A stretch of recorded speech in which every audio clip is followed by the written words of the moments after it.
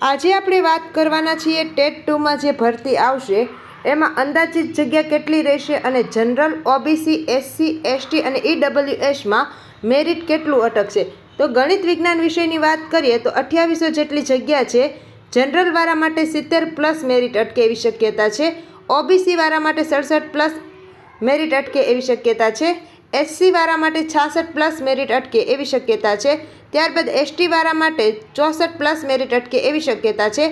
ઈડબ્લ્યુએસવાળા માટે 67+ મેરિટ અટકે એવી સંભાવના છે।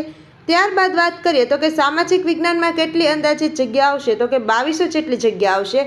જનરલવાળા માટે 71+ મેરિટ અટકે એવી શક્યતા છે। ઓબીસીવાળા માટે 68+ મેરિટ અટકે એવી શક્યતા છે। એસસીવાળા માટે 65+ મેરિટ અટકે એવી શક્યતા છે।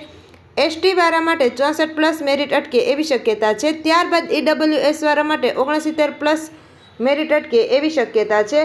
હવે વાત કરીએ અંગ્રેજી વિષય, ગુજરાતી વિષય, હિન્દી વિષય અને સંસ્કૃત વિષયની।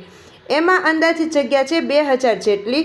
તો જનરલવાળા માટે 69+, તેમજ હિન્દી વિષય માટે 68+ અને સંસ્કૃત વિષય માટે 67+ જેટલું મેરિટ અટકે એવી શક્યતા છે। ત્યારબાદ ઓબીસીની વાત કરીએ તો ગુજરાતી વિષયમાં તો અંગ્રેજી વિષયમાં 68+, ગુજરાતી વિષયમાં 68+, હિન્દી વિષયમાં 67+, સંસ્કૃત વિષયમાં 66+ જેટલું મેરિટ અટકે એવી શક્યતા છે।